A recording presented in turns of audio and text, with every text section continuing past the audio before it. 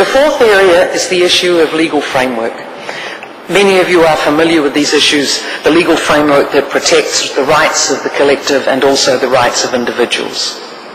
The fifth is strategies to address the issue of inequality and economic disadvantage faced by certain sections in the community. This is often divisive. Often the majority says, why should there be special policies for minority groups? And yet many of the countries that have attempted to do this, until they've worked out strategies that have allowed inclusion to occur that's appropriate, it hasn't worked. And again, let me divert. In New Zealand, in order to get Maori to feel that they have been able to be included in the delivery of social services, it required the government to say, for example, in health, every part of New Zealand society is entitled to have access to health care. But we found that Maori people were not accessing the general health system properly because they didn't feel safe and confident. They didn't always feel that the services were appropriate. So what the government did was said, every New Zealander is entitled to health care, but the state is not going to be the only deliverer of this service in terms of state employees. We will allow Maori communities to take responsibility for delivering health services if they have qualified people. So the state is the purchaser, but diverse societal interest groups and NGOs and others became the delivery agent. And unsurprisingly, the participation rates of Maori in their own healthcare strategies dramatically increased, and the health outcomes for Maori have steadily improved since these strategies were introduced. So to come back to the point where inequality or economic disadvantage or exclusion occur, it is the challenge for governments to explore strategies which may, through either purchasing or delivery of services, overcome that inequality by addressing the concerns in a real and meaningful way. The sixth area that we identified is ensuring that the physical environment creates opportunity for social inclusion. This is an important issue even for municipalities, for example. Sometimes we find that cities create ghettos unwittingly, and often in their public spaces they don't create seating or other arrangements that encourage people to sit and relax in a way that they discover different things about each other. Often cities or communities can celebrate diversity by facilitating cultural festivals that allow others within the community to become more familiar with that cultural diversity that is part of who they are. And so that whole concept of the physical environment and opening up the experiences of different societies within your community is an important strategy that governments and city leaders who have been successful seem to have appeared to commit themselves to. Our seventh area of commitment is to ensure that all sections of society have equal opportunity to develop their knowledge and skills. This, ladies and gentlemen, is really the challenge of the education sector. I know in many societies we've looked at, and I include our own in New Zealand, the people who were failing often felt that they neither had access nor were comfortable with the options of education service that were available to them. And when New Zealand introduced our kohanga-reo, our language nests that include Maori and English, suddenly the take-up rates were massively improved, and the demand for that option to go into the primary and then the secondary schools, we decided to proceed with that. The detractors said if you do this, you will have children who will speak Maori and not fit into society in the future.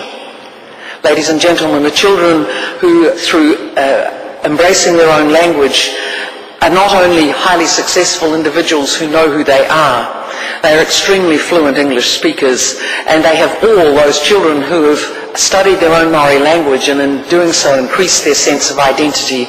They most certainly have improved their performance against previous norms of Maori achievement in the New Zealand education system.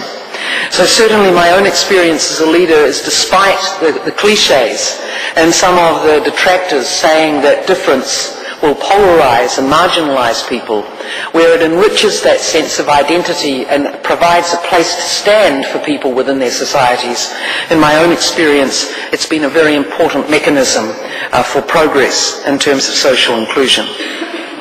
The last three areas that are important in terms of the study's work were that there has to be a group of people who have a sense of wanting to create a vision of what is possible.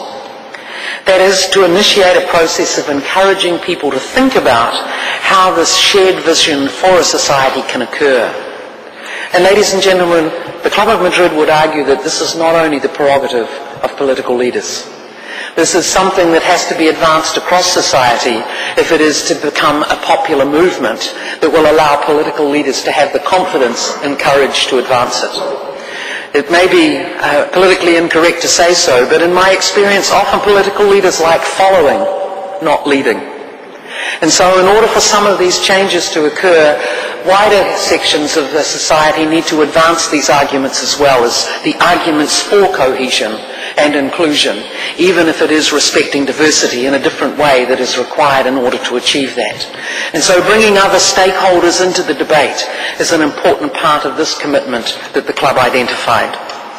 Our ninth area is to promote respect, understanding and appreciation. Unless there is mutual respect for diversity and an understanding of the cultural map that makes your societies unique and complex, you're unlikely to be successful.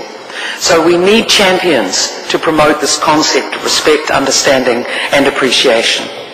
And finally, where there is tension or hostility within communities, we have to have people who will take action.